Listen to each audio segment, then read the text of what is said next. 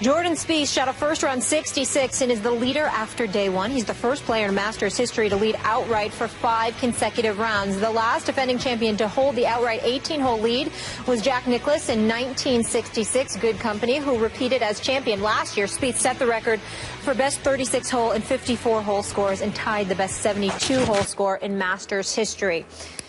Skip, will Spieth go wire to wire again? Stephen, I'm going to attempt to seek and destroy this topic just for Molly's sake and just for your sake, because I don't know if I can live up to that, but I'm going to try. I do not think that Jordan Spieth will go wire to wire. I thought he basically, and as he pretty much admitted after the round yesterday, I thought he stole that 66 from Augusta National yesterday. He got away with a 66 that he should not have gotten away with. And I'm going to remind you, as much as I like Jordan Spieth, he has struggled all year leading up to this Masters, except for the season opening tournament in Hawaii, the Tournament of Champions that he won. But ever since then, he is down statistically in every category across the board compared to last year. So I think, ironically, after the year that he had last year when he was all-time great in the 4 majors, he was in contention in all 4, obviously won the first 2. I think there was little, let's say it this way, there was less pressure on a defending champion coming into this Masters because, by his standards, he struggled of late. And then yesterday, let's go to number 11. He hits it way right in the pine trees. He's on the pine straw. And against his caddy's better judgment, Jordan Spieth says, I'm going to go for it. It was Mickelson-esque. It was crazy nuts. It was near disastrous because he took a 4-iron from 210 yards with a narrow opening in the pine trees and missed the shot. He said, I hit it fat. And somehow it went right through the opening, and somehow it curled around the bend at number 11. There's a pond in front of the green, and it hung up in the fringe. It could have been double, triple bogey disaster right there on number 11. Now let's fast forward to number 16. Can be a very difficult hole. It was the undoing of my guy that I picked to win the tournament, Jason Day. He tripled it yesterday. Jordan Spieth looked like he shanked his shot. It looked like he hit it in the hosel and pushed it so far right, it was like a duffer shot, and it hung up in the hillside above the green to the right. Now he's chipping downhill, down grain on a glassy green toward the water. And he leaves it maybe 15 feet from the hole, which is really a good shot, and made the par putt. He took only 25 putts in 18 holes yesterday. So if my math is correct, that means he one-putted 11 times. 11 greens, he needed only 1 putt. Well, that's stealing at Augusta National in the wind, and they say the wind's going to be at least as tricky today. I think he might come back to earth today, wake up today and say, wow, I got away with that one yesterday.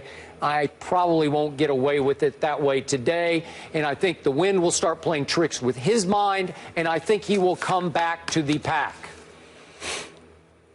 Well, Skip, I didn't see much of it yesterday. I did see Ernie Els shoot like a 10 on the first hole, for crying out loud. Missed a 3-foot putt. He was an absolute disaster. He was an absolute disaster yesterday. We all know that. I look at Jason Day, like you said, he couldn't keep pace. You know, he bogeyed. You look at Day as well. I'm sorry, Rory McIlroy. Yep. I just look at him. He bogeyed 2 of the last 3 holes. He did. I just think it's one of those situations where Spieth being ahead, and now, like I said, I wasn't going to watch too much yesterday. I'll be watching it this weekend, though. But I look at Spieth being ahead with the wicked win. My attitude is this, Skip. He knows how to win on this course. Just like he was saying. He and his team, they prepped for this. He knows how to win here. So the fact that he starts off strong, and you take into account the relative inconsistency on the part of Day and Rory McIlroy, when the Els of the world and others can't seem to keep pace, the wind's not going to get any better today. I suspect that Spieth is going to get ahead, and it wouldn't surprise me at all if he's able to hold on. But it's almost by default, because the guys that you're relying upon to make those comebacks, there's nothing that McIlroy has shown you that tells you that he can come back, even though he's on the record saying it ain't over. He thinks he can come back and he can catch Spieth. Day is obviously being inconsistent as well. And like you said, the wind is going to continue to be wicked. So the combination of all of those things says to me that Spieth, who has done this already, knows what it takes, knows this course, obviously worked under arduous circumstances and was able to overcome the hump, get over the hump rather, yesterday. I think he'll continue to do so. I don't think anybody else will catch him, and it wouldn't surprise me at all if he got another green jacket. Well, that means you think he's going to go wire to wire for a second straight year? If he pulls that off, yes, it would be all-time extraordinary. And my only problem, I think he's going to pull it off. Yeah, Jordan Spieth seems like a really good kid. I don't know him, but he seems, from what I gather, a really good kid from Dallas, Texas. But he is so far from Tiger Woods, it's a joke. And I mean in a golf context, because it appears that Jordan Spieth does nothing great. There's nothing sensational. There's nothing electrifying about any part of his game unless the putter gets hot. Last year was hot from like 25 feet, where he made lots of 25-footers. He actually had a hard time last year making 5-foot par putts. So to me, I've always thought that Jason Day was made of a little stronger stuff than Jordan Spieth. I could be wrong about that, but I thought that Jason Day, I know he's from Australia, but had the best chance to fill some of the Tiger void, to be as the closest to Tiger of this group.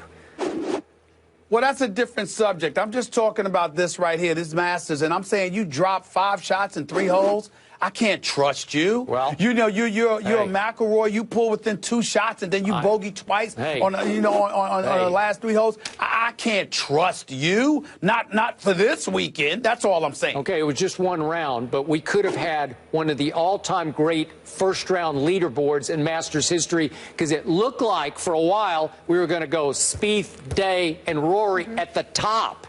And as you say, the wins seemed to wear out the other 2. They finally just sort of fell apart at the end. And it was pretty shocking to me. But I think that Jason Day will fight back into the middle of this.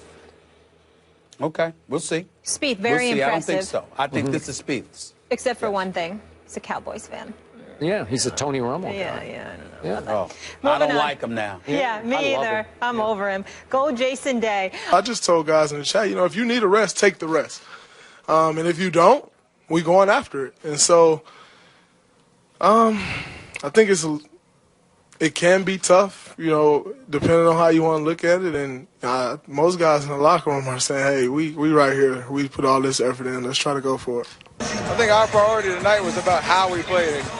I mean, we obviously wanted to win, and that is important to us, but how we play these next 3 games leading into the playoffs is how we focus on the big goal. And then in the process, if we get 3 wins, that'd be great. I'm inclined to give some guys a rest if they need it, but I've also, you know, sort of made a pact with the guys that if they're not tired, if they're not banged up, and they want to go for this record or whatever, then so we got to talk.